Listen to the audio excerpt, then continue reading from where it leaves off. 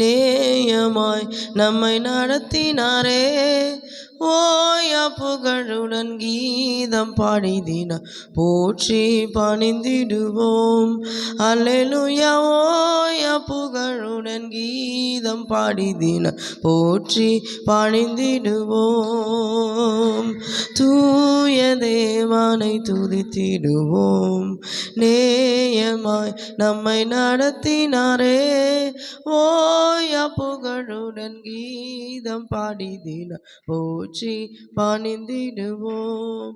அல்லேலூயா. ஓயா புகழுடன் கீதம் பாடிதின போற்றி பணிந்திடுவோம்.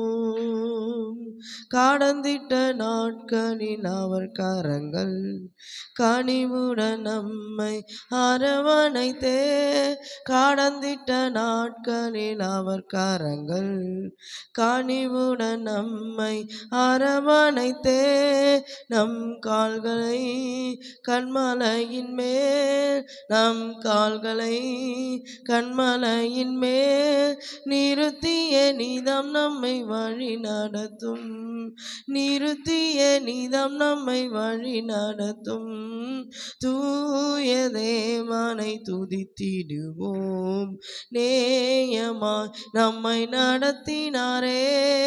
ஓயா புகழுடன் கீதம் பாடி தினம் போற்றி பணிந்திடுவோம். அல்லேலூயா. ஓயா புகழுடன் கீதம் பாடி தினம் போற்றி பணிந்திடுவோம். தூய தேவனை துதித்திடுவோம். நேயமாய் நம்மை நடத்தினாரே. ஓயா புகழுடன் கீதம் பாடி தினம் போற்றி பணிந்திடுவோம். அல்லேலூயா. ஓயா புகழுடன் கீதம் பாடி தினம் போற்றி பணிந்திடுவோம். யோர்தானை போல் வந்த துன்பங்களை இயேசுவின் பலன் கொண்டு கடந்து வந்தோம். யோர்தானை போல் வந்த துன்பங்களை இயேசுவின் பலன் கொண்டு கடந்து வந்தோம். அவர் கரத்தை பிடித்து கொண்டு, அவர் கரத்தை பிடித்து கொண்டு பரிசுத்த பாதையில் நடந்திடுவோம். பரிசுத்த பாதையில் தூய தேவனை துதித்திடுவோம். நேயமாய் நம்மை நடத்தினாரே. ஓயா புகழுடன் கீதம் பாடி தினம் போற்றி பணிந்திடுவோம். அல்லேலூயா. ஓயா புகழுடன் கீதம் பாடி தினம் போற்றி பணிந்திடுவோம். கழுகுக்கு சமமாய் நம் வயது திரும்பவும் வாழ வயதாகும். கழுகுக்கு சமமாய் நம் வயது திரும்பவும் வாழ வயதாகும்.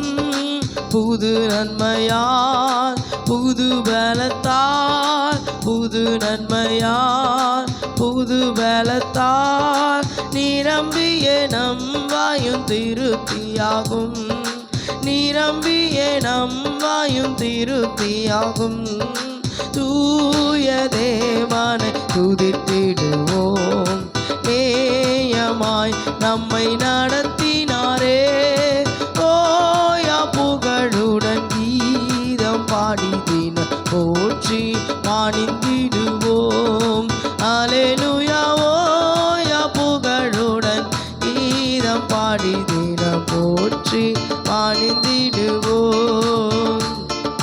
தாவீது கருணினமாக்கிருவை தாசராம் நமக்குமே தந்திடுவார். தாவீது கருணினமாக்கிருவை தாசரா நமக்குமே தந்திடுவார். எலிசாவை போல் இரு மடங்கு, எலிசாவை போல் இரு மடங்கு வல்லமையால் நம்மை அபிஷேகிப்பார். வல்லமையால் நம்மை அபிஷேகிப்பார். தூய தேவனை துதித்திடுவோம். நேயமாய் நம்மை நடத்தினாரே. ஓயா புகழுடன் கீதம் பாடி தினம் போற்றி பணிந்திடுவோம். அல்லேலூயா. ஓயா புகழுடன் கீதம் பாடி தினம் போற்றி பணிந்திடுவோம். நாளமுடன் நம்மை இதுவரையும் கர்த்தரின் அருள் என்றும் நிறுத்தியதே. நாளமுடன் நம்மை இதுவரையும் கர்த்தரின் அருள் என்றும் நிறுத்தியதே. கண்மணி போல் கடைசி வரை, கண்மணி போல் கடைசி வரை காத்திடும் கர்த்தரை போற்றிடுவோம். காத்திடும் கர்த்தரை போற்றிடுவோம். தூய தேவனை துதித்திடுவோம். நேயமாய் நம்மை நடத்தினாரே. ஓயா புகழுடன் கீதம் பாடி தினம் போற்றி பணிந்திடுவோம். அல்லேலூயா. ஓயா புகழுடன் கீதம் ஆமென் போற்றி. அவர் நம்மை பாதுகாத்த விதத்தை நினைத்து சொல்லுமா. ஓயா புகழுடன் கீதம் பாடி தினம் போற்றி பணிந்திடுவோம். அல்லேலூயா. ஓயா புகழுடன் கீதம் பாடி தினம் போற்றி பணிந்திடுவோம். கடந்திட்ட நாட்களில் அவர் கரங்கள் கனிவுடன் நம்மை அரவணைத்தே. சொல்லுங்க. கடந்திட்ட நாட்களில் அவர் கரங்கள் கனிவுடன் நம்மை அரவணைத்தே. நம் கால்களை கண்மாலையின் மேல், நம் கால்களை கண்மாலையின் மேல் நிறுத்தியே நீதாம் நம்மை வழி நடத்தோ. நிறுத்தியே நீதாம் நம்மை வழி நடத்தோ. தூய தேவனை துதித்திடுவோம். நேயமாய் நம்மை நடத்தினாரே. ஓயா புகழுடன் கீதம் பாடி தினம் போற்றி பணிந்திடுவோம். அல்லேலூயா. ஓயா புகழுடன் ஆமென் போற்றி பணிந்திடுவோம். தாவீது கருளினமாக்கிருவை தாசராம் எனக்குமே தந்திடுவார். தாவீது கருளினமாக்கிருவை தாசரா நமக்குமே தந்திடுவார். எலிசாவை போல் இரு மடங்கு, எலிசாவை போல் இரு மடங்கு வல்லமையால் நம்மை அபிஷேகிப்பார். வல்லமையால் நம்மை அபிஷேகிப்பார். தூய தேவனை ஆமென் நேயமாய் நம்மை நடத்தினாரே. ஓயா புகழுடன் கீதம் பாடி தினம் போற்றி பணிந்திடுவோம். அல்லேலூயா. ஓயா புகழுடன் கீதம் பாடி தினம் போற்றி பணிந்திடுவோம். நாளமுடன் நம்மை இதுவரையும் கர்த்தரின் அருள் என்றும் நிறுத்தியதே. நாளமுடன் நம்மை இதுவரையும் கர்த்தரின் அருள் என்றும் நிறுத்தியதே. கண்மணி போல் கடைசி வரை, கண்மணி போல் கடைசி வரை காத்திடும் கர்த்தரை போற்றிடு. ஆமென். காத்திடும் போற்றிடுவோம். தூய தேவனை துதித்திடுவோம். நேயமாய் நம்மை நடத்தினாரே. ஓயா புகழுடன் கீதம் பாடி தினம் போற்றி பணிந்திடுவோம். அல்லேலூயா. ஓயா புகழுடன் ஆமென் போற்றி பணிந்திடுவோம். கழுகுக்கு சமமா நம் வயது திரும்பவும் வாழ வயதாகும். கழுகுக்கு சமமாய் நம் வயது திரும்பவும் வாழ வயதாகும். புது நன்மையால் புது பலத்தால் புது நன்மையாமேன் புது பலத்தால் நிரப்பியே நம் வாயும் திருப்தியாகும். நிரப்பியே நம் வாயும் திருப்தி. எல்லாரும் சொல்லுமா, தூய தேவனை துதித்திடுவோம். நேயமாய் நம்மை நடத்தினாரே, ஓயா புகழுடன் கீதம் பாடி தினம் போற்றி பணிந்திடுவோம். அல்லேலூயா, ஓயா புகழுடன் கீதம் பாடி தினம் போற்றி பணிந்திடுவோம். அல்லேலூயா, ஓயா புகழுடன் கீதம் பாடி தினம் போற்றி பணிந்திடுவோம். அல்லேலூயா, ஓயா புகழுடன் கீதம் பாடி தினம் போற்றி பணிந்திடுவோம். அல்லேலூயா, ஓயா புகழுடன் கீதம் பாடி தினம் போற்றி பணிந்திடுவோம். அல்லேலூயா, ஓயா புகழுடன் கீதம் பாடி தினம் போற்றி பணிந்திடுவோம். அல்லேலூயா, ஓயா புகழுடன் கீதம் பாடி தினம் போற்றி பணிந்திடுவோம். தூய தேவனை துதித்திடுவோம். நேயமாய் நம்மை நடத்தினாரே, ஓயா புகழுடன் கீதம் பாடி தினம் போற்றி பணிந்திடுவோம். அல்லேலூயா, ஓயா புகழுடன் கீதம் போற்றி பணிந்திடுவோம். அல்லேலூயா, ஓயா புகழுடன் கீதம் பாடி தினம் போற்றி பணிந்திடுவோம். அல்லேலூயா, அல்லேலூயா, அல்லேலூயா, அல்லேலூயா, அல்லேலூயா, அல்லேலூயா, அல்லேலூயா, அல்லேலூயா, அல்லேலூயா, அல்லேலூயா,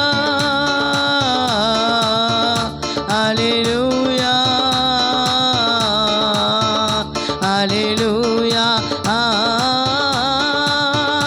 அல்லேலூயா, அல்லேலூயா, அல்லேலூயா, அல்லேலூயா. அந்த நல்ல தேவனை நன்றியுள்ள இருதயத்தோடு கடந்த நாட்களிலே கண்ணின் மணியை போல நம்மை பாதுகாத்து நலமுடன் இம்மட்டுமாய் நம்மை நடத்துகிற அந்த நல்ல தேவனுக்கு நன்றிகளை செலுத்தி கர்த்தரை ஸ்தோத்திரிப்போமா. ஹல்லேலூயா, ஹல்லேலூயா, ஹல்லேலூயா, ஹல்லேலூயா. இதுவரையிலும் எங்களை நடத்தின எபினேசர் இனியும் எங்களை நடத்துவீராக. ஆண்டவரே, புதிய எண்ணெயால் புது ஆண்டவரே கிருபையால் எங்களை அபிஷேகிங்க.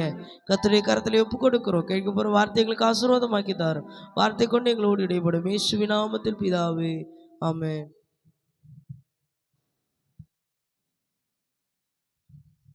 Praise the Lord. Hallelujah. Hallelujah. ஸ்தோத்திரம். ஆண்டவர் உங்களை ஆசீர்வதிப்பாராக. ஸ்தோத்திரம். கீழே உட்கார்ந்துருக்கிறவங்கெல்லாம் என்ன பண்ணணும்? பைபிள் கையில் இருக்கணும். பைபிள் படிக்கணும். ஸ்தோத்திரம். இல்லாட்டா எந்திரிச்சு போயிடணும். ஹல்லேலூயா. ஆமாம், நீங்கள் பைபிள் படித்து சொல்லணும்.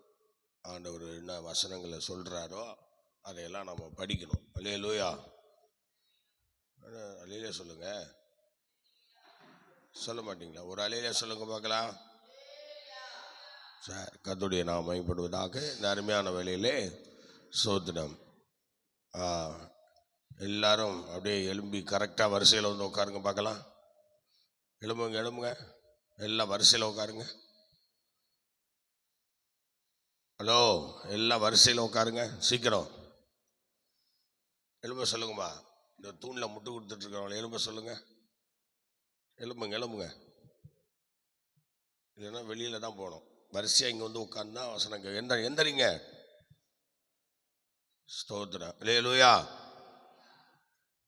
சத்தமா சொல்லுங்களேன். சரி, அவங்கள எழுப்புங்க. இந்த தூணு ஓரத்தில் இருக்கிறவங்கள எல்லாம் இங்க சைடு வந்து உட்காருமா. எந்திரிங்கம்மா, இப்படி வந்து உட்காருங்க. ஸ்தோத்திரம். Praise the Lord. ஹல்லேலூயா. யாரு எங்கேயும் கண்ணா அப்படின்னா உட்காரக்கூடாது. வசனம் கேட்டால் வசனம் கேட்குறவங்க போல இருக்கணும். ஸ்தோத்திரம்.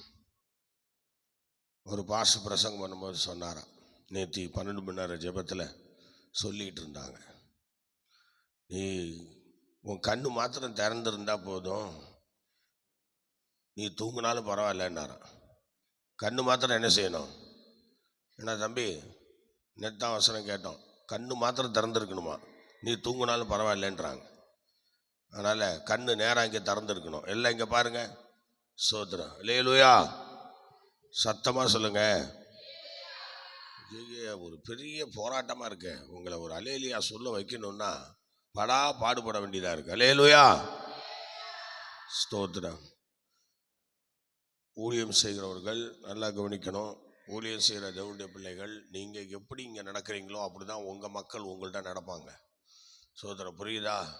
நீ அல்லேலூயா சொன்னால் ஒரு பையன் சொல்ல மாட்டான்.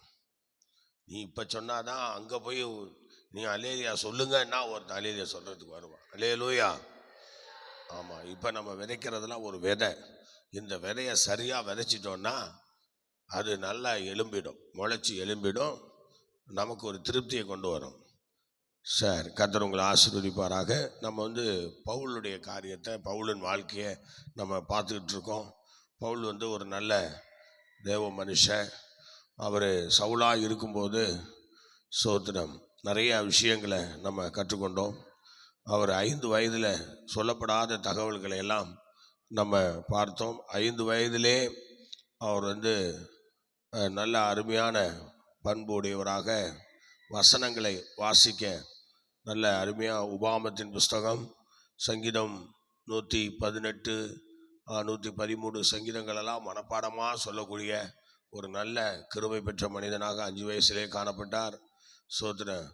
அப்புறம் 6 வயதிலே ஸ்தோத்திரம் 10 கட்டளைகளை எல்லாம் மற்றவர்களுக்கு சொல்ல ஆரம்பித்தார். அப்படி வரும்போது ஸ்தோத்திரம் 12 வயதான போது அவருடைய தகப்பன் கமாலியலுடைய பாதத்தில் கொண்டு போய் விட்டார்கள். ஸ்தோத்திரம். 13 வயதிலே திடப்படுத்தப்பட்டு உறுதி செய்யப்பட்டு நீதி சட்டத்தின் மகன் என்கிற பெயரை வாங்கினார். இயேசு எப்படி 12 வயசில் அப்படிலாம் செஞ்சாரோ அதே மாதிரி இவரும் 12 வயசில் 13 வயசில் அவ்விதமாக செய்து கர்த்தரை மையப்படுத்தினார். அல்லேலூயா. இப்படி ஸ்தோத்திரம். பவுலினுடைய வாழ்க்கையில் நிறைய விஷயங்களை நாம் பார்த்தோம். தாய் தாப்பன்மார் அவர்கள் நல்ல ஒரு தறி வேலையை செய்து கொண்டிருந்தார்கள், நெசவு வேலையை. அதே போல் இவரும் அந்த நெசவு வேலையை கற்றுக்கொண்டார். இயேசு கிறிஸ்துவும் பெற்றோர்களுடைய வேலையாகிய கார்பெண்டர் வேலையை இயேசு எப்படி செய்தாரோ அது மாதிரி இவரும் அப்படி செய்திருக்கிறார் என்று சொல்லப்பட்டிருக்கிறது. அல்லேலூயா. இப்படி சவுல் பல விஷயங்களை அவர் செய்தார். அதனால் நல்ல ஓட்டப்பந்தயம் ஓடுறவராக, நல்ல ஒரு பலசாலியாக, யுத்தம் பண்ணுறவராக, சண்டை பண்ணுகிறவராலாம் காணப்பட்டார். அப்புறம் அதிகாலையில் எழுந்து துதிக்கிறவராய் காணப்பட்டார். வாரத்துக்கு 2 முறை உபாசிக்கிறவராய் காணப்பட்டார். இந்த சோபாங்களை எல்லாம் செலுத்தக்கூடியவராய் காணப்பட்டார். ஸ்தோத்திரம். இப்படி நல்ல தொழில் செய்து பிழைக்கக்கூடியவராயும் ரோம குடியுரிமை பெற்றவராயும் இப்படி பவுலின் சரித்திரத்தில் எருசலேம் கோட்டைக்குள்ளே சென்று செய்தி அறிவிக்க அவருடைய சகோதரியுடைய மகன் அங்கே அவருக்கு உதவியாக இருந்ததாக எல்லாம் சொல்லப்படுகிறது. ஆகவே இதெல்லாம் நம்ம நேற்று முன்தினத்திலே தியானம் செய்தோம். இப்போ ஸ்தோத்திரம் கிறிஸ்தவர்களை அப்போஸ்தலனாகிய அந்த சவுல் ஆகாததுக்கு முன்னதாக கிறிஸ்தவர்களை துன்புறுத்தினார், பயங்கரமாக துன்புறுத்தினார். ஸ்தோத்திரம். அல்லேலூயா. அந்த அரெஸ்ட் வாரண்டை பெற்றுக்கொண்டு கிறிஸ்தவர்களை கொடுமைப்படுத்தவும் கிறிஸ்தவர்களுக்கு விரோதமாக செயல்படவும் ரொம்ப கிறிஸ்தவர்களை துன்புறுத்தவும் கொலை செய்யவும் பல காரியங்களை பண்ணார். பண்ணி ஸ்தேவானை கூட என்ன செய்தார்கள்? கொலை செய்தார்கள். முதல் இரத்த சாட்சி ஸ்தேவான் தான். ஸ்தேவானை கொலை செய்தார்கள். அதை தொடர்ந்து என்ன செய்கிறார்? அரெஸ்ட் வாரண்ட்களை பெற்றுக்கொண்டு ஒவ்வொரு தமஸ்குவுக்கு கடந்து செல்கிறத நம்ம பார்க்குறோம். எங்கெல்லாம் கிறிஸ்தவர்கள் இருக்காங்களோ, எங்கெல்லாம் சீசர்கள் இருக்கிறாங்களோ, அங்கெல்லாம் போய் அவங்கள அடிக்கிறதும் உதைக்கிறதும் சபைகளை பூந்து உடைச்செறிகிறதும் பல விஷயங்களை சவுல் பண்ணினார். இப்படி அரெஸ்ட் வாரண்டை வாங்கி கொண்டு செல்லுகிற அந்த வேலையில தான் சோதரன் என்ன செய்தார்? தேவன் வந்து அவரை சந்திக்கிறார். அதை தான் அப்போஸ்தலர் நடவடிக்கைகள் 9ஆம் அதிகாரம். எல்லாரும் வசனம் எடுங்க. எல்லாரும் வசனம் எடுங்க.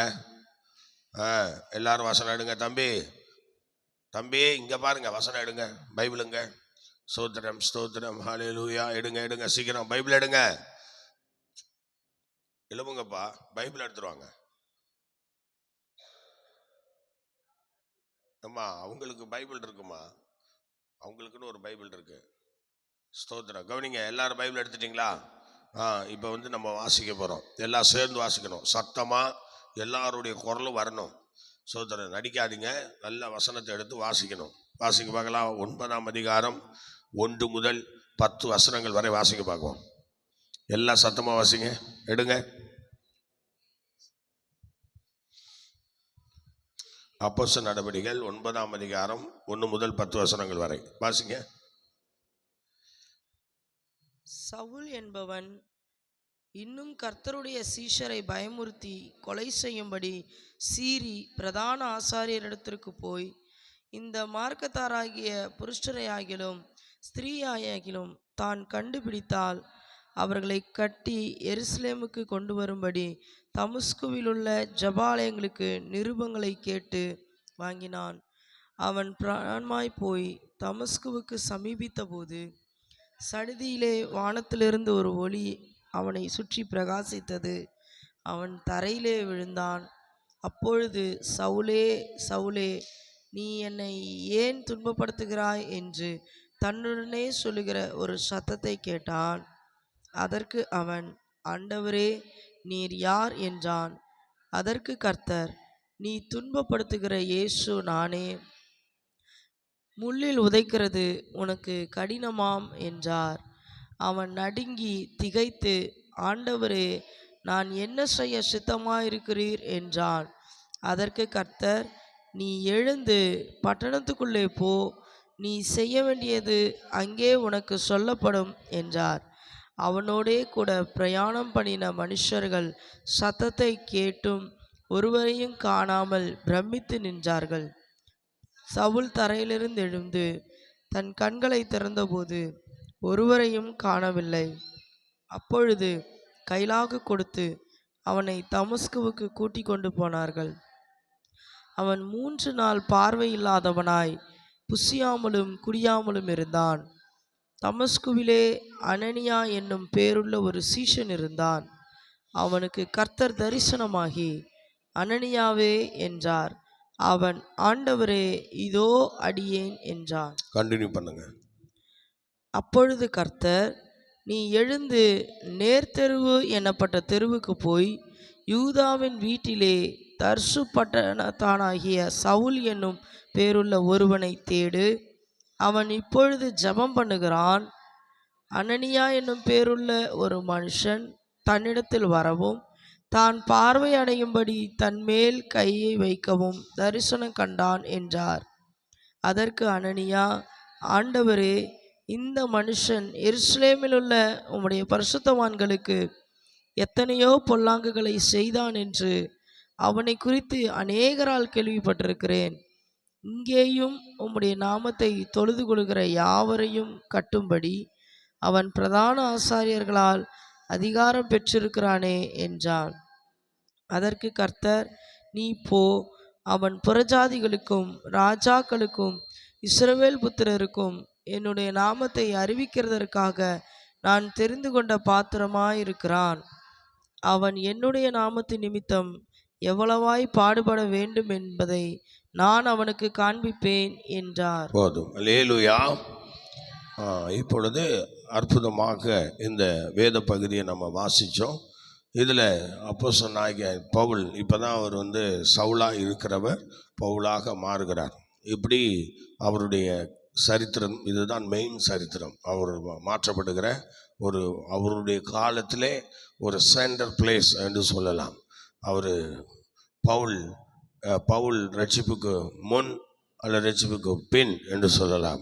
அவரோட பவுல் ரட்சிக்கப்படுகிற காலங்கள் இது. ஸ்தோத்திரம். அது மாதிரி பவுல் வந்து சவுலாக இருக்கும்போது உள்ள காரியங்களை நம்ம வாசித்தோம், முடித்தோம். இப்போ பவுலாக இவர் என்ன செய்கிறார்? மாறப்போகிறார். இந்த இடத்துல தான் இவர் ஸ்தோத்திரம் ஆண்டவரை இவ்வளோ நாள் என்ன செஞ்சாருன்னு ஆண்டவர் சொல்கிறார்.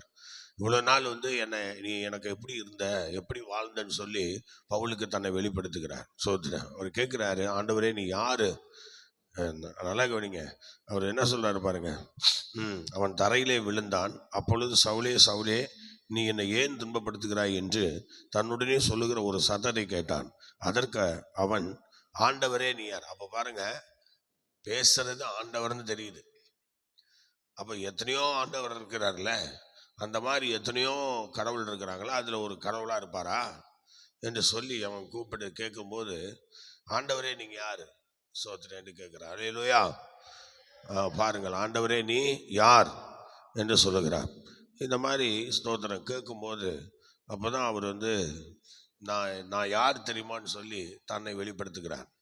பாருங்கள், இவ்வளோ காலம் பவுல் வந்து சவுல் என்ன செஞ்சிட்டு இருந்தாருங்கிறத அவருக்கு தெரியாமல் செஞ்சுக்கிட்டு இருந்தார். ஸ்தோத்திரம். ஆனால் இதுதான் இயேசு கிறிஸ்துவும் சிலுவையில் சொல்கிறார். என்னது? தாங்கள் செய்கிறது இன்னதென்று கிறிஸ்து சிலுவை மரணத்திற்கு முன்பாக யூதர்கள் தாங்கள் செய்கிறது இன்னதென்று அறியாதிருக்கிறார்கள் என்று சொன்ன வார்த்தையின்படி இப்போ பாருங்கள், இங்கே பவுல் சொல்கிறாரு. ஆண்டவர் சொல்லும்போது சோத்திரம் அவன் என்ன செய்கிறான்? நீ இவ்வளோ நாள் என்ன பண்ணன்னு இப்போ நான் சொல்கிறேன்னு சொல்லிட்டு என்ன சொல்கிறாரு? அவர் சொல்கிறான், ஆண்டவரே நீ யார் என்று கேட்கும்போது தான் அவர் சொல்கிறாரு, ஸ்தோத்திரம், நீ துன்பப்படுத்துகிற இயேசு நானே. அல்லேலூயா. ஸ்தோத்திரம். அப்போ உடனே அவர் சொல்கிறாரு பாருங்க, கர்த்தர் நீ துன்பப்படுத்துகிற இயேசு நானே. சொல்ல பார்க்கலாம், நீ துன்பப்படுத்துகிற இயேசு நானே. ஸ்தோத்திரம். அல்லேலூயா. அவர் கர்த்தராக தான் அங்கே வந்திருக்கிறார். ஸ்தோத்திரம்.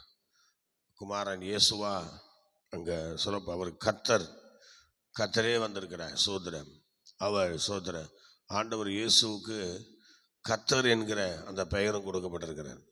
என்னை கண்டவன் பிதாவையும் கண்டான் என்று சொல்கிற வார்த்தையின்படி இப்போ இங்கே ஸ்தோத்திரம் ஒரு மனுஷனுக்கு பிதாவாக ஸ்தோத்திரம் அந்த இடத்துல ஒரு கர்த்தராக அவர் அங்கே வெளிப்படுகிறார். ஸ்தோத்திரம். அங்கே பவுலை சந்திக்கிறார். பவுல் ஸ்தோத்திரம் என்ன செய்கிறார் பாருங்க, நீ யார் ஆண்டவரேன்னு சொல்லி கேட்கும்போது தான் அப்போ அவர் சொல்கிறாரு, நீ துன்பப்படுத்துகிற இயேசு நான் என்று சொல்லி. இத்தனை ஆண்டுகளாக சவுல் வந்து அவன் நினச்சிக்கிட்டு இருந்தான், நான் வந்து மக்களை தான் துன்பப்படுத்துகிறேன், மக்களை தான் வேதனைப்படுத்துகிறேன், மக்கள் கூட தான் இருக்கேன், மக்களை தான் கொடுமைப்படுத்துகிறேன், கொலை செய்கிறேன், சபையை உடைக்கிறேன்லாம் நினச்சிக்கிட்டு இருந்தான். ஆனால் இப்போ ஆண்டவர் அதை தெளிவாக பவுலுக்கு வெளிப்படுத்துகிறார். நீ துன்பப்படுத்துகிற இயேசு நானே. அல்லேலூயா. பாருங்க, ஸ்தோத்திரம். நல்லா பாருங்க, ஸ்தோத்திரம். ஆமாம், இது பிதாவாகிய தெய்வம் ஒருத்தர்ட்டையும் வந்து அவர் தரிசனம்லாம் ஆகிறது இல்லை. இயேசு கிறிஸ்து தான் பிதாவாகவும் இயேசுவாகவும் ஸ்தோத்திரம் எல்லாரிடத்திலும் அவர் இறங்கி வந்து பேசி கொண்டிருந்தார். அல்லேலூயா சொல்லுவோமா? ஸ்தோத்திரம். அப்போ பாருங்க, அதை தான் இயேசு கிறிஸ்து அதை கரெக்டாக சொல்கிறார் பாருங்கள், என்னை கண்டவன் பிதாவை கண்டான். அவ்வளோதான். ரெண்டு பேரும் ஒன்றா தான் இருக்கிறாங்க, ஒன்றா தான் வந்து செயல்படுறாங்க. ஆனால் பிதாவை யாரும் டைரெக்டாக என்ன செய்ய முடியாது, பார்க்க முடியாது. இயேசுக்குள்ளே தான் பிதாவை பார்க்கலாம். ஒரு அல்லேலூயா சொல்லுவோமா? அதை சொல்லுங்க சத்தமா. ஸ்தோத்திரம். அதனால் இங்கே அவர் சொன்னதும் உடனே நீ துன்பப்படுத்துகிற இயேசு நான் தான் என்று சொன்னதும் உடனே அந்த சத்தத்தை அவன் கேட்டான். அதற்கு அவன், ஆண்டவரே நீ யார் என்றான். அதற்கு தான் கர்த்தர், நீ துன்பப்படுத்துகிற இயேசு நானே சொல்கிறார். அடுத்தது பாருங்க, அவன் நடுங்கி திகைத்து, ஆண்டவரே நான் என்ன செய்ய சித்தமாக இருக்கிறேன். சரி, ரைட், அதெல்லாம் இருக்கட்டும், நான் தான் உங்களை துன்பப்படுத்தினேன், நான் தான் உங்களை வேதனைப்படுத்தினேன், சரி இப்போ நான் என்ன செய்யணும்? ஒரு அர்ப்பணிப்புக்குள்ளே அவர் வந்துடுறத நம்ம பார்க்குறோம். இனிமே வந்து என்னுடைய ஜெபம் பலிக்காதுன்னு தெரிஞ்சு போச்சு, என்னுடைய காரியங்கள் எதுவும் நடக்காதுன்னு தெரிஞ்சு போச்சு, இதுக்கு மேற்பட்டாவது நான் என்ன செய்யணும் சொல்லுங்க என்று சொல்லி அவன் நடுங்கி திகைத்து கேட்கிறான். அப்பொழுதுதான் என்ன செய்ய சித்தமா இருக்கிறேன் என்று சொன்னதும், அதற்கு கர்த்தர், நீ எழுந்து பட்டணத்துக்குள்ளே போ, நீ செய்ய வேண்டியது அங்கே உனக்கு சொல்லுங்க, அங்கே உனக்கு வசனம் படிக்கிறது இல்லையா? ரொம்ப பேசுவாங்க, பெருமைன்னா பயங்கரமா இருக்கும், ஆனா வசனம் ஒரு மண்ணும் தெரியாது. சோத்திரம் சொல்ற வார்த்தைக்கு பதில் வார்த்தையே சொல்ல தெரியாது, ஆனா பெரிய பைபிள் படிப்பாங்க, அதை பண்ணுவாங்க, இதை பண்ணுவாங்க. பாருங்க, இந்த வசனம் எப்போதுமே எல்லாரும் ஒரு சின்ன பிள்ளை கூட சொல்லும், அல்லேலூயா சோத்திரம். ஆனா அதை பதில் சொல்றதுக்கு தெரியல, இல்லை என்ன பண்ண போறியலோ தெரியல. ஒரு அல்லேலூயா சொல்லுங்க, ஸ்தோத்திரம். அதனால அருமையான தெய்வ பிள்ளையே, நீ பட்டணத்துக்குள்ளே போ, அங்கே உனக்கு சொல்லப்படும் என்றார். உடனே அவர் என்ன செய்தார்? பட்டணத்துக்குள்ளே போவதற்கு முன்னதாக அனனியாவினிடத்திலே சொப்பனத்தில் பேசி, இன்னார் வராம்பா அப்படின்னு சொன்னதும் அனனியா பயப்படுறான். ஆண்டவரே, என்ன ஆண்டவரே, அவன் இப்போ எத்தனை பேரை கொலை பண்ணியிருக்கிறான், எத்தனை பேரை துன்புறுத்தியிருக்கிறான், அவன் இப்போ கூட என்ன பண்ணிட்டான், கைதி வாரண்டை வாங்கிட்டு வரான், வாங்கிட்டு வந்து இப்போ மக்களை கொடுமைப்படுத்த போகிறான், அவனை போய் விடுங்கன்னு சொல்கிறீங்களே, அவனை போய் பார்க்க சொல்கிறீங்களேன்னு சொன்னதும், இல்லை அவன் வந்து நீ நினைக்கிற மாதிரி இல்லை. 15 வசனம் படிங்க, 15, 16 படிங்க. அதற்கு கர்த்தர், நீ போ, அவன் புறஜாதிகளுக்கும் ராஜாக்களுக்கும் இஸ்ரவேல் புத்திரருக்கும் என்னுடைய நாமத்தை அறிவிக்கிறதற்காக நான் தெரிந்து கொண்ட பாத்திரமாய் இருக்கிறான். அவன் என்னுடைய நாமத்து நிமித்தம் எவ்வளவாய் பாடுபட வேண்டும் என்பதை நான் அவனுக்கு காண்பிப்பேன் என்றார். இதுல இருந்து நம்ம என்ன கத்துக்கிறோம்னா, அவன் எந்த அளவுக்கு சவுல் வந்து மனுஷனை பாடுபடுத்தினானோ, சபைகளை துன்புறுத்தினானோ, அந்த அளவுக்கு அதை விட கூடுதலாகவே இவன் பாடுபட போறான்னு சொல்றாரு. எப்படி பார்த்தீங்களா? அடுத்தவங்களை நம்ம வந்து துன்புறுத்துறோம்னா, நம்ம எந்த அளவுக்கு அவங்கள துன்புறுத்துறோமோ அதை விட பல மடங்கு நம்ம என்ன செய்ய போறோம், துன்பப்பட போறோம்னு அர்த்தம். இங்க எவ்வளவு தெளிவா சொல்றாரு பாருங்க. அவன் எல்லாரையும் அவன் சொல்றான். யாரு? அனனியா சொல்லும் போது, அதற்கு அனனியா, ஆண்டவரே, இந்த மனுஷன் எருசலேமில் உள்ள உம்முடைய பரிசுத்தவான்களுக்கு எத்தனையோ பொல்லாங்குகளை செய்தான் என்று அவனை குறித்து அநேகரால் கேள்விப்பட்டிருக்கிறேன். இங்கேயும் உம்முடைய நாமத்தை தொழுது கொள்ளுகிற யாவரையும் கட்டும்படி பிரதான ஆசாரியர்களால் அதிகாரம் பெற்றிருக்கிறானே என்றான். பாருங்க, இப்படியெல்லாம் கொடுமைப்படுத்தினா, இப்படியெல்லாம் பயங்கர துன்புறுத்தினா என்று சொல்லி இங்க என்ன செய்யறாரு பாருங்க, சொல்றாரு. ஆனா ஆண்டவர் அப்படியே திருப்பிக்கிறாரு. பாரு, அவன் அதெல்லாம் செய்ததெல்லாம் உண்மைதான், ஆனா இப்ப அதற்கு கர்த்தர், நீ போ, அவன் புறஜாதிகளுக்கு ராஜாக்களுக்கும் இஸ்ரவேல் புத்திரருக்கும் என்னுடைய நாமத்தை அறிவிக்கிறதற்காக நான் தெரிந்து கொண்ட பாத்திரமாய் இருக்கிறான். ஆனா அவன் என்னுடைய நாமத்தின் நிமித்தம் எவ்வளவாய் பாடுபட வேண்டும் என்பதை நான் அவனுக்கு காண்பிப்பேன். முடிஞ்சு போச்சா? அடுத்தவங்களை துன்புறுத்தி வாழுகிற வாழ்க்கை எந்த மனுஷனுடைய வாழ்க்கையில இருக்கிறதோ, அதே மனுஷன் அதை விட பல மடங்கு வேதனையை அனுபவிக்க போறான் என்று அப்போஸ்தலனாகிய பவுலை கொண்டு நாம் கற்றுக்கொள்ளுகிறோம். அல்லேலூயா, சத்தமா சொல்லுங்க. இந்த உலகத்துல நீ யாரை வேணாலும் துன்பப்படுத்தலாம், யாரை வேணாலும் மன உளைச்சலுக்கு ஆளாக்கலாம், யாரை வேணாலும் நீ வேதனைப்படுத்தலாம், யாரை வேணாலும் துன்பப்படுத்தலாம், யாரை வேணாலும் அழ வைக்கலாம், யாரை வேணாலும் கதற வைக்கலாம், யாரை வேணாலும் கதற ஓட வைக்கலாம். ஆனால் எல்லாவற்றுக்கும் மேலாக தேவன் சொல்லுகிற வார்த்தையை நல்லா கவனிங்க. அவன் எவ்வளவாய் துன்பப்பட போகிறான் என்பதை ஆண்டவர் அவனுக்கு காண்பிப்பேன் என்று சொல்லுகிறார். இந்த உலக வாழ்க்கையில நீ ஊழியக்காரனா இருக்கலாம், நீ விசுவாசியா இருக்கலாம், நீ சாதாரண ஒரு மனுஷனா இருக்கலாம், நீ யாரா இருந்தாலும் எந்த அளவுக்கு அடுத்தவங்க மனசை வேதனைப்படுத்துறோமோ அதை விட பல மடங்கு அதிகமாக நாமும் வேதனைப்படுவோம் என்பதை இந்த இடத்துல கர்த்தர் சொல்லுகிறார். கர்த்தர் சொல்லுகிறார், வேற யாரும் இல்லை, கர்த்தரே சொல்லுகிறார். பார்த்தீங்களா?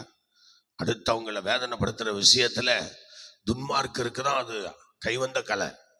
ஆனா இப்ப ஆவிக்குரிய துன்மார்க்கர்களும் நிறைய சபைகள்ல உருவாயிட்டாங்க. சபைகளை கலக்கிறதும், சபைகளுக்குள்ளே வேதனை செய்கிறதும், சபைகளுக்குள்ள பிரச்சனை உண்டு பண்ணுகிறதும், சபைகளுக்குள்ள கலகங்களை ஏற்படுத்துகிறதும், சபைகளுக்குள்ளே நாரதர் வேலை செய்கிறதும், சபைகளுக்குள்ள பொண்டு பார்க்கிறதும், சபைகளுக்குள்ளே சீட்டு போடுகிறதும், சபைகளுக்குள்ளே அநியாயம் பண்றதும், சபைகளுக்குள்ளே விபச்சாரம் பண்றதும், சபைகளுக்குள்ளே பல விஷயங்களை பண்றதும், சபைகளுக்குள்ளே பல போராட்டங்களை பண்றதும், இதுக்கெல்லாம் சரியான பதில் தேவன் தரப்போகிறார். நிச்சயமாக எந்த சூழ்நிலையில நம்ம உபத்திரவத்தை அடுத்தவங்களுக்கு கொடுக்கிறோமோ அதே உபத்திரவம் அதை விட பல மடங்கு அதிகமாக அவர்களும் அனுபவிக்க போகிறார்கள் என்று இங்கே கர்த்தர் அழகாக தெளிவா சொல்றார். யாரும் யாரையும் நீங்க உபத்திரவப்படுத்திட்டு தப்பில்லான்னு நினைக்காதீங்க. மன வேதனைப்படுத்திட்டு ஓடிடலான்னு நினைக்காதீங்க. நீ ஓடினாலும் கர்த்தர் விட மாட்டார்.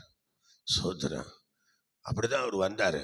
எல்லாம் செஞ்சு முடிச்சுவிட்டு ஐயா இப்போ தமஸ்குவுக்கு போய் கிறிஸ்தவர்களை துன்புறுத்த போகிறாரு. சோதரன் ஹல்லேலூயா. பார்த்தீங்களா, இவன் எல்லாரையும் கொலை செய்ய இருந்த நாட்கள் போய் கடைசியாக பவுலையே கொலை செய்ய எல்லாம் தேடுறாங்க. கிறிஸ்துவுக்குள்ள வந்த பிறகு, ஊழியக்காரனா மாறின பிறகு இப்போ பவுலை கொலை செய்ய தேடுறாங்க. சோதரன் பார்த்தீங்களா, என்ன செய்கிறாங்க? பவுலை கொலை செய்யறதுக்காக வலை வீசி தேடுறாங்க. ஸ்தோத்திரம். பயங்கர கொடுமை பண்ணான். முதலாவது ஸ்தோத்திரம் அப்போஸ்தலனாகிய பவுலாக அவர் மாறிட்டார்.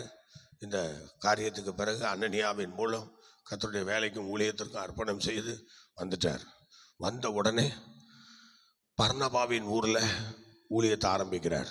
பார்த்தீங்களா, பவுல் எங்கே ஆரம்பிக்கிறாரு? பர்னபாவின் ஊரில் வந்து முதல் ஊழியத்தை ஆரம்பிக்கிறார். முதல் ஊழியம் பர்னபாவும் அவரும் ஸ்தோத்திரம் அந்த ஊழியத்தை செய்கிறார்கள். அப்படியே நல்ல ஊழியம் செய்து சபைகளை கட்டுகிற அந்த பணியிலே தீவிரமாக வேலை செய்கிறார்கள். அதுக்கப்புறம் அப்படியே லிஸ்திரா பட்டணத்துக்கு வருகிறார். அங்கே ஒரு சப்பானியை குணமாக்குகிறார். பார்த்தீங்களா, அப்போஸ்தலனாகிய பவுல் ஒரு சப்பானியை குணமாக்குறார். ஸ்தோத்திரம், அல்லேலூயா, ஸ்தோத்திரம். அப்போ அந்த முதல் பயணத்தில் அவ்விதமாக செய்து இரண்டாம் மிஷனரி பயணத்தில் ஸ்தோத்திரம் பர்னபாவுக்கும் பவுலுக்கும் என்ன செய்யுது? சண்டை வந்துடுது. சண்டை வந்து ஒருத்தருக்கு ஒருத்தர் ஏதோ பொறாமை கொண்டு அடிச்சுக்கிற மாதிரி சண்டை போட்டுட்டு பிரிகிறாங்க. பவுலும் பர்னபாவும் பிரிஞ்சு போயிடுவாங்க. ஸ்தோத்திரம் பிரிஞ்சு போயிட்டு அதுக்கப்புறம் இரண்டாவது மிஷனரி பயணத்தில் ஸ்தோத்திரம் பர்னபாவை கழட்டி விட்டுட்டு அடுத்தது ரெண்டாவது மிஷனரி பயணத்தில் தீமோத்தேயுவை சேர்த்துக்கிறார். தீமோத்தேயுவை சேர்த்துக்கொண்டு அதுக்கப்புறம் தீமோத்தேயுவை கொண்டு நிறையா வேலைகள் ஊழியங்கள் வரிசையாக செய்கிறார். அல்லேலூயா. அல்லேலூயா சொல்லுங்களேன். என்னதான் இருக்கு? எல்லாம் கேட்குறீங்களா இல்லை தூங்குறீங்களா? ஸ்தோத்திரம், அல்லேலூயா, ஸ்தோத்திரம். ஆடாதம்மா, ஒரு அல்லேலூயா சொல்றதுக்கு முடியல, ஆடிட்டு இருக்குது. ஆடிட்டு ஒரு அல்லேலூயா சொல்லும்போது சொல்ல வேண்டியதானே? ஊழியக்காரங்களை மதிக்க தெரிஞ்சிருக்கணும். சும்மா கண்ணா முன்னாடிலாம் ஆடாதன்னு சொல்றான், ஒரு அல்லேலூயா சொல்ல முடியல, ஆடிக்கிட்டு நிற்கிறேன். ஸ்தோத்திரம், அல்லேலூயா. நீங்க உயிரோடு இருக்கீங்களான்னு எனக்கு தெரியணும்ல. நான் பாட்டுக்கு கல்லுக்கா பேசிட்டு இருக்கேன், உங்க எல்லாரும் கேட்கணும். ஸ்தோத்திரம். வசனத்தை அறிகிற அறிவினால் நிரப்பணும்னு சொன்னா இன்னும் இப்படியே இருந்தா என்னதான் பண்றது? ஸ்தோத்திரம், அல்லேலூயா. ஆகவே இந்த இரண்டாவது பயணத்தில் தீமோத்தேயுவை சேர்த்துக் கொள்கிறார். தீமோத்தேயுவை சேர்த்துக்கொண்டு நல்ல ஊழியங்களை செய்கிறார். தீமோத்தேயுக்கு நல்ல பாடங்களை எல்லாம் கற்றுக் கொடுக்கிறார். இப்படி கற்றுக் கொடுத்து அடுத்த பிலிப்பு பட்டணத்தில் ஊழியம் செய்த போது தான் சிறையில் அடைக்கப்படுகிறார். பார்த்தீங்களா, பிலிப்பு பட்டணத்திலே பவுல் ஊழியம் செய்யும் போது சிறைக்குள் போகிறார். சிறையில் அடைத்து வைத்து விடுகிறார்கள். ஸ்தோத்திரம். அதுக்கப்புறம் அதுலேருந்து எப்படியோ விடுதலையாகி ஸ்தோத்திரம் வெளியே வந்து கொரிந்து பட்டணங்களில் ஆண்டவருடைய ஊழியத்தை சிறப்பாய் செய்கிறார். கொரிந்து பட்டணங்களிலே கொரிந்து சபைகளை ஏற்படுத்தி ஆங்காங்கே நல்ல ஒரு அற்புதமான ஊழியங்களை அவர் இப்படி இரண்டாம் மிஷனரி பயணத்திலே இவ்விதமாக செய்கிறார். ஸ்தோத்திரம். பிலிப்பு பட்டணத்திலே கொரிந்து பட்டணத்திலே இரண்டாம் மிஷனரி பயணத்திலே நல்லா அழகாக போய் ஊழியங்களை அற்புதமாக செய்கிறார். அடுத்தது மூன்றாம் மிஷனரி பயணம். ஸ்தோத்திரம். அந்தியோகியா அங்கே ஸ்தோத்திரம் தொடங்கினார். கலாத்தியா, பெர்சியா இப்படி நாடுகளில் சுவிசேஷம் அறிவிக்க ஆரம்பிக்கிறார். மூன்றாவது மிஷனரி பயணத்திலே இப்படி இந்த பகுதியெல்லாம் போய் நல்ல அருமையாக ஊழியங்களை செய்து ரோம் தலைநகர் எபேசு பட்டணத்திலே ஆண்டுடைய ஊழியத்தை 2 வருடம் தங்கி ஊழியம் செய்தார். அங்கே வீடு வீடாக ஒவ்வொரு வீடா சந்திச்சு அந்தந்த வீடுகளில் போய் காஸ்பல் சொல்லுவார். ஒவ்வொரு வீடா போய் சந்திச்சு. சோத்திரம் இன்னைக்கு உள்ள அப்போஸ்தலர்கள்லாம் சோத்திரம் அங்கங்கே யாராவது சபை ஏற்படுத்தி வச்சிருந்தா அந்த சபையெல்லாம் வச்சு நாங்கள்லாம் ஒரு அப்போஸ்தலர் என்று சொல்லி இன்னைக்கு அப்போஸ்தலர் பட்டத்தில் ஓடிக்கிட்டு இருக்கு. ஆனால் அப்போஸ்தலர் நாயகர் பவுல் என்ன செஞ்சிருக்கிறாரு? சில இடங்களை சந்திக்கும் போது அவர் செய்த ஊழியம் வீடு வீடா போனார். சோத்திரம் வீடு வீடா போய் டோர் டு டோர் போய் ஆண்டவருடைய வேலையை செய்தார். சோத்திரம் இவங்க அப்போஸ்தலரா? இன்னைக்கு அப்போஸ்தலர் பட்டத்தை போட்டுட்டு எல்லாம் என்ன பண்றோம்? பெரிய மாஸ்டர்னு சொல்லிட்டு இருக்கோம். அப்போஸ்தலர்னா ஸ்தோத்திரம் நல்லா கவனிக்கணும். வீடு வீடா போய் ஊழியம் பண்ணி தான் அப்போஸ்தலங்கிற பேர் வந்தது. அதனால எல்லாம் ஸ்தோத்திரம் இந்த மாதிரி அனுபவமே சில பேருக்கு இருக்காது. வீடு வீடா போய் ஊழியம் செய்யற அனுபவமே இருக்காது. ஸ்தோத்திரம் அல்லேலூயா. ஆமா, இதெல்லாம் செய்து கொண்டிருக்கும் போது தான் அப்போஸ்தலங்கிற பேர் இவர் கிடைக்குது. ஸ்தோத்திரம். அதுவும் பாருங்க, 3ஆம் மிஷினரி பயணம். சும்மா இல்லை, 3ஆம் மிஷினரி பயணம். 1ஆம் மிஷினரி பயணத்தை தான் கத்துக்கலான்னு சொல்லலாம். 2ஆம் மிஷினரி பயணத்துல ஓரளவு குடும்பத்துக்குள்ள வந்துடலாம். 3ஆம் மிஷினரி பயணத்துல பேரம்பத்தியம் எடுக்கலாம். நல்லா யோசிச்சு பாருங்க. அப்படிப்பட்ட ஒரு சூழ்நிலையில அவர் 3ஆவது மிஷினரி பயணத்துல போய் என்ன செய்யறாரு? டோர் டு டோர், வீட்டுக்கு வீடா போய் ஒவ்வொரு வீடா போய் சுவிசேஷம் சொல்றேன். சோத்திரம் எவ்வளவு ஆச்சரியமா இருக்கிறது பாருங்க. 3ஆவது மிஷினரி பயணத்துல சோத்திரம். அது எங்க? எபேசு பட்டணத்துல, ரோம் தலைநகர். அந்த தலைநகர்ல போய் இருந்து கொண்டு வீடு வீடா போய் கர்த்தருக்கு ஊழியம் பண்ணுகிறார். அல்லேலூயா. பவுலுடைய வாழ்க்கை ரொம்ப சிறப்பானது. சோத்திரம் ரொம்ப ஆச்சரியமானது. அதனால அந்த இடத்துல தான் மாய வித்தைக்காரன் மனம் திரும்பி இயேசுவை ஏற்றுக்கொள்கிறான். பார்த்தீங்களா? மாய வித்தைக்காரன் ஆண்டவரை ஏற்றுக்கொள்கிறான். எவ்வளோ அற்புதமா இருக்கு பாருங்க. சோத்திரம் அங்கே சோத்திரம் அவர் மிஷினரி பயணங்கள்லே நிறைய அற்புத அடையாளங்கள். சப்பானியை குணமாக்குறாரு. சோத்திரம். அடுத்தது இங்கே மாய வித்தைக்காரன் மனம் திரும்பி இயேசுவை நம்புறான், ஏற்றுக்கொள்கிறான். அல்லேலூயா. சோத்திரம். அதுக்கப்புறம் தான் குற்றம் சாட்டப்பட்டு ரோம் மூலமாக சிறையில் அடைக்கப்படுகிறான். சோத்திரம். சிறையில் அடைக்கப்படும் போது அந்த ரோம் குடியுரிமை அவருக்குள்ள இருந்ததுனால அதுல இருந்தும் அவர் என்ன செஞ்சுறாங்க? ஸ்தோத்திரம் விடுதலையாக்குறாங்க. விடுதலையாக்கி வெளியே வர்றார். அல்லேலூயா சொல்லுங்க. ரோம் குடியுரிமை அவருக்குள்ள இருந்து அவ்விதமாக செய்கிறார்கள். ஸ்தோத்திரம். அடுத்தது நாம் பார்க்கும்போது ஸ்தோத்திரம் ரோமுக்கு அழைத்து சென்று ஒரு கப்பல் விபத்து. அந்த பவுலை அவங்க திரும்பவும் சிறையில் பிடிச்சி ரோமுக்கு அழைச்சிட்டு போகும்போது அங்கே என்ன நடக்குதுன்னா கப்பல் விபத்து வருது. சோத்திரம் 28ஆம் அதிகாரத்தில் நம்ம பார்க்கணும். 27, 28 அதிகாரத்தில் சோத்திரம் 14 நாள் என்ன செய்யறாங்க? கப்பல் பயணம் போறாங்க. கப்பல் பயணத்தில் அல்லேலூயா கையை வச்சு சொல்லுங்க பார்க்கலாம். கப்பல் பயணம் போறாங்க. அது நீங்க படிக்க பார்க்கலாம்.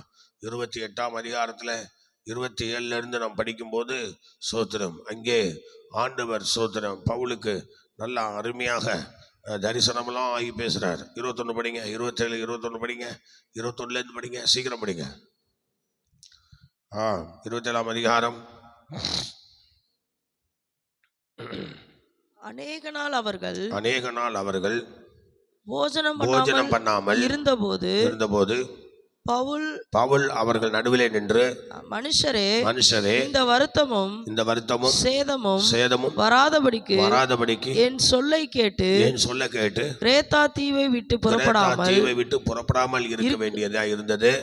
ஆகிலும் திடமனதா இருங்கள் என்று இப்பொழுது உங்களுக்கு தைரியம் சொல்லுகிறேன். இப்பொழுது நான் உங்களுக்கு தைரியம் சொல்றேன். கப்பல் சேதமே இல்லாமல் உங்களில் ஒருவனுக்கும் பிராண சேதம் வராது. சேதம் ஒண்ணும் வராது சொல்றார். தீர்க்க தரிசனமா சொல்றார். சோத்திரம். அதே மாதிரி சோத்திரம் என்ன செஞ்சது? ஸ்தோத்திரம் பாருங்கள், கப்பல் என்ன செய்ததாம்? அந்த சேதம் அடைந்தது. சோத்திரம் நீங்க படிங்க பார்க்கலாம். ஸ்தோத்திரம் 37 வசனத்தை படிங்க.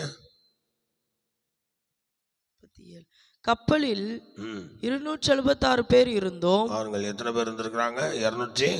276. 276 பேர் கப்பல்ல இருந்திருக்கிறாங்க.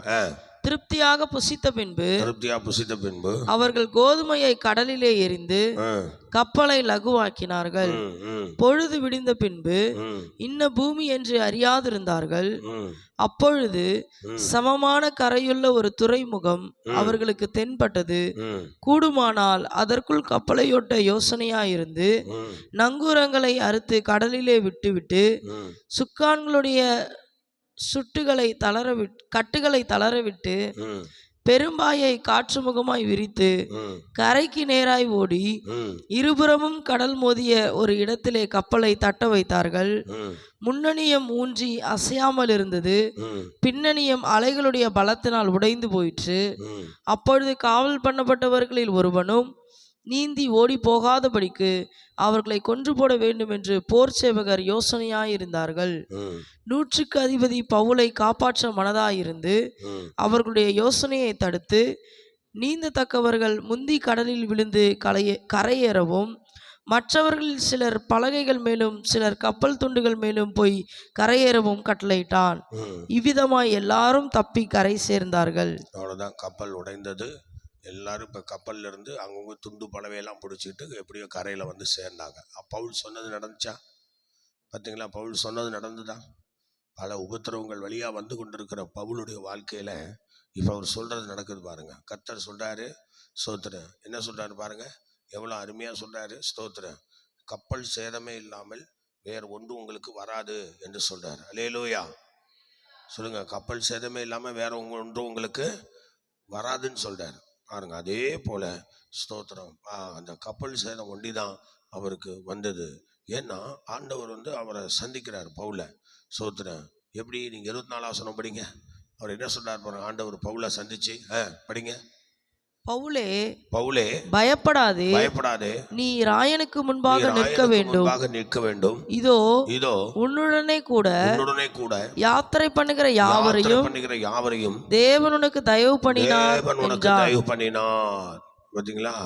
அடுத்தது, ஆனபடியினால் மனுஷரே திடமனதாயிருங்கள், எனக்கு சொல்லப்பட்ட பிரகாரமே நடக்கும் என்று தேவனிடத்தில் நம்பிக்கையாயிருங்கள். சோதரன். அல்லேலூயா. நம்பிக்கையாயிருக்கிறேன். பாத்தீங்களா?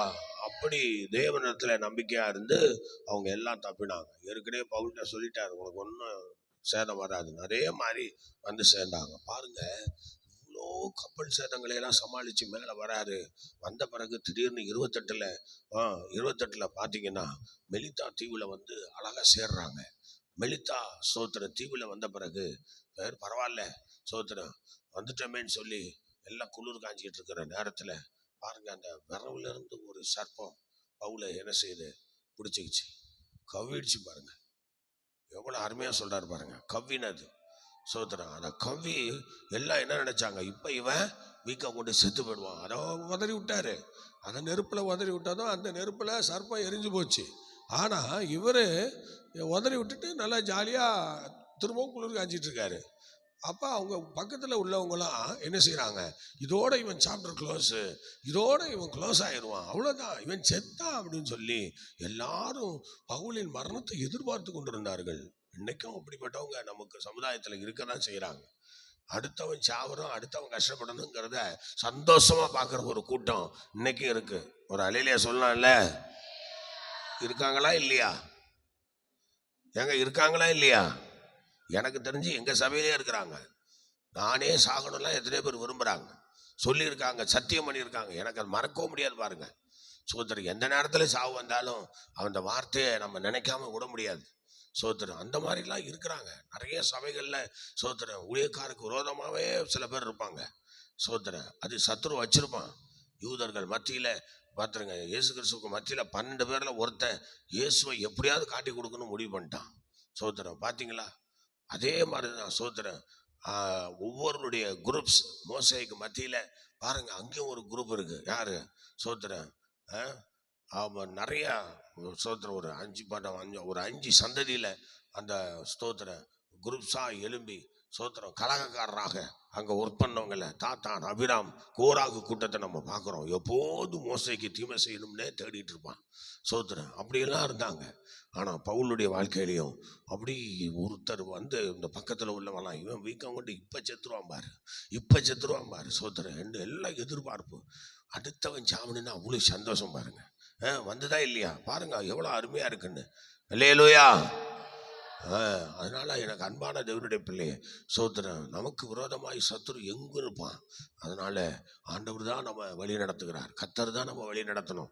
நல்ல ஊழியம் பண்ணுகிற நல்ல ஆண்டவருக்காக வாழ்கிற அநேகருக்கும் சோத்திரம் இந்த போராட்டம் வரதான் செய்யும். சோத்திரம் இங்கே பவுலுக்கு வந்துருச்சு. அப்படித்தானே செய்கிறாங்க.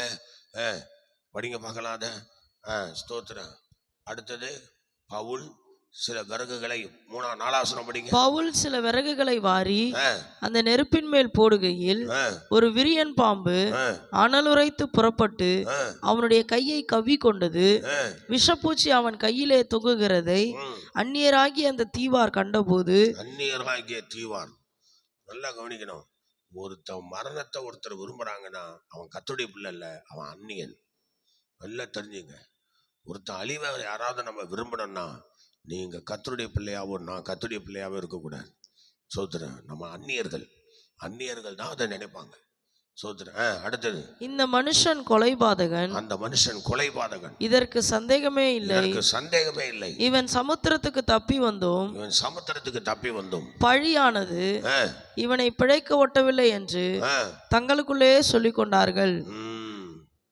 பார்த்தீங்களா? தங்களுக்குள்ளே அதுக்கு ஒரு கூட்டமே இருக்கு பாருங்க. சோத்திரம் தங்களுக்குள்ளே சொல்லி கொண்டார்கள். சோத்திரம் ஒரு டீம் இருப்பாங்க. மோசேக்கு விரோதமாக ஒரு டீம், இயேசு கிறிஸ்துக்கு விரோதமாக ஒரு டீம், யூதாசு அண்ணா காயப்பா அதெல்லாம் ஒரு டீமாக போயிடுச்சு. அல்லேலூயா. ஆமாம். தாவீதுக்கு விரோதமாக அகிதோப்பேல். சோத்திரம். தாவீதுக்கு விரோதமாக அப்சலோம். சோத்திரம். தாவீதுக்கு விரோதமாக அதோனியா. சோத்திரம் எல்லாம் எழும்பிட்டாங்க. சோத்திரம் அங்கங்கே சீமை.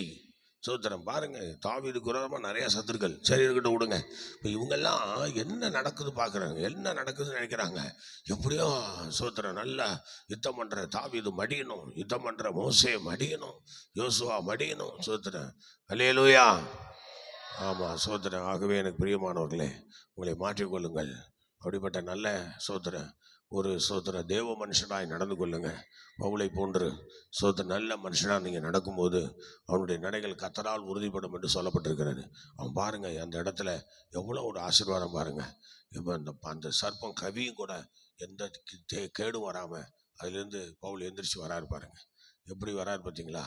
சிங்கக்கபிலேருந்து தானியல் எந்திரிச்சு வர்றது போல, அந்த நெருப்பு சூளையிலிருந்து சாத்ராக் மேஷாக் எழும்பி வர்றது போல அப்போஸ்தலனாகிய பவுலும் அந்த சர்ப்பத்தின் பிடியிலிருந்து அழகா தூக்கி எறிஞ்சிட்டு அந்த நெருப்புலேருந்து எந்திரிச்சு வராரு பாருங்க. அல்லேலூயா. ஆமாம். இதாங்க கர்த்தர் நம்மோடு கூட இருக்கிறார். ஆண்டவர் நம்மோடு கூட இருக்கிறார். பவுலை தரிசனமாகி தேற்றினவர் இன்னைக்கு உங்களையும் என்னையும் தரிசனமாகி தேற்ற வல்லவராக இருக்கிறார். சோத்திரம். அப்போஸ்தலனாகிய பவுலை குறித்து மீது காரியங்களை நாளைய தினத்தில் சந்திப்போம். கர்த்தர் நம்மை நடத்துவாராக. ஜெபிக்கலாமா? எல்லா கரங்களை உயர்த்துவோம். ஆண்டவரே சோத்திரம். நாங்கள் கர்த்தருக்கு ஊழியம் செய்யக்கூடியவர்களாக ஆண்டவரே அந்த பவுலை போல எங்களுக்கு எத்தனை தீமை வந்தாலும் அந்த தீமைகளை எங்களை சேதப்படுத்தாதபடி கர்த்தர் எங்களை பாதுகாக்க வல்லவராக இருக்கிறீர். ஆண்டவரே பவுலை பாதுகாத்த தெய்வம், எங்களையும் கர்த்தருடைய ஊழிய பாதையிலே ஆண்டவர் ஆவிக்குரிய அனுபவங்களிலே எங்களையும் நீர் வழிநடத்த வல்லவராக இருக்கிறீர். தொடர்ந்து உங்கள் கரம் எங்களோடு கூட இருந்து வழி நடத்தட்டும். அப்போஸ்தலனாகிய பவுல் அந்த சர்ப்பத்தை தட்டிவிட்டு எழும்பி வருகிறது போல நாங்கள் இந்த நாட்களில் எங்கள் என்ன பிரச்சனை வந்தாலும் எல்லாத்தையும் மேற்கொண்டு எழும்பி வல்லமையாய் வெளியே வர கர்த்தர் எங்களுக்கு கிருபை தாரும். கர்த்தர் எங்களோடு கூட இருந்து வழி நடத்துவீராக. பவுலோடு கூட இருந்து கப்பல் சேதங்களுக்கு விலக்கி காத்தவர் எங்களோடு கூட இருந்து எல்லா சேதங்களுக்கும் விலக்கி காப்பீராக. உங்கள் அன்பு கரங்களில் எங்களை தாழ்த்தி ஒப்படைக்கிறோம். ஆசீர்வதியும் வழிநடத்தும் பெரிய காரியங்களை செய்யும். மீட்பர் இயேசு மூலம் தாழ்மையோடு கேட்கிறோம் ஜெபங்களும் நல்ல பிதாவே. ஆமென், ஆமென், ஆமென். கர்த்தர் உங்களை ஆசீர்வதிப்பார். இன்றைக்கு நமக்கு கர்த்தருடைய பந்தி இருக்கிறது. எல்லா சபைகளிலும் நீங்கள் சென்று